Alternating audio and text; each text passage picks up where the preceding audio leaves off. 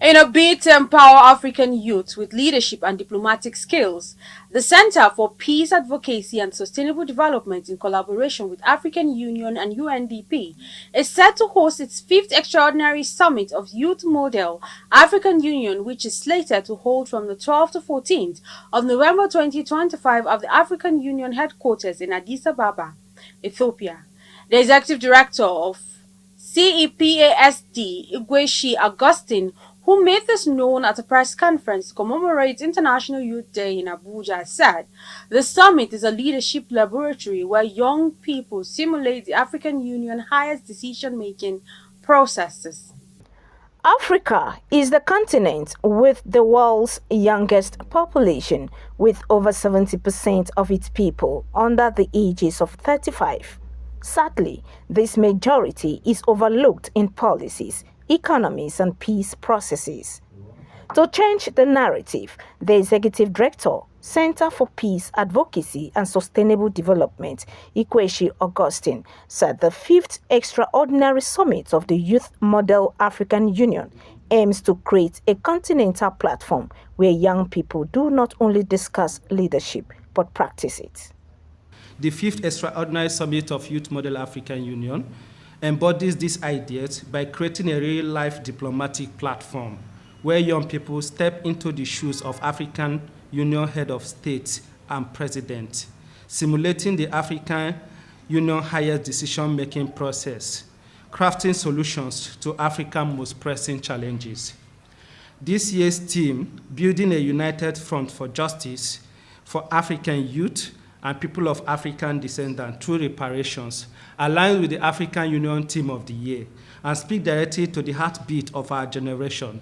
From bustling cities to rural communities, from the continent to the diaspora, young people are raising their voices for fairness, dignity, and equal opportunity, demanding justice not as clarity but as a right. This year's summit holds a special historic significance.